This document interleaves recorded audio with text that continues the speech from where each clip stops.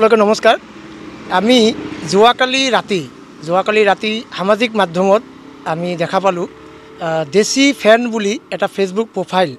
এই প্ৰফাইলটোৰ পৰা আমাৰ মাননীয় মুখ্যমন্ত্ৰী মহোদয়, আমাৰ মৰমৰ মুখ্যমন্ত্ৰী মহোদয়ক যি অশ্লীল ভাষাৰে গালি গালাজ কৰিছে এই ল'ৰাজনে, তেখেতৰ এই ভাষ্য এইটো আমি চাই আমাৰ মনত এনেকুৱা এটা ভাৱ আহিছে যে অসমৰ এজন মাননীয় মুখ্যমন্ত্ৰী, আমাৰ মুখ্যমন্ত্ৰী মহোদয় যি দলৰে নহওক কিয়, এই মুখ্যমন্ত্ৰী মহোদয়ক এনেকুৱা নিকৃষ্টভাৱে গালাগালি কৰাটো আমি উচিত বুলি ভাবা নাই।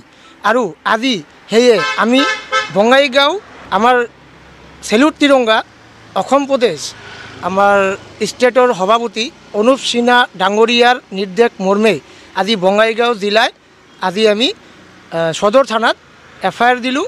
তেখেতৰ নামত DGP ছাৰক আমি অনুৰোধ জনাম যাতে অতি সোনকালে এই ল'ৰাটোক এৰেষ্ট কৰি শাস্তি প্ৰদান কৰে আৰু ভৱিষ্যতে যাতে এনেকুৱা কথা ক'বৰ কাৰণে সাহস নাপায়। আমি কেছটো দিলোঁ আজি অলপ আগতে, ছাৰে চাব এইটো।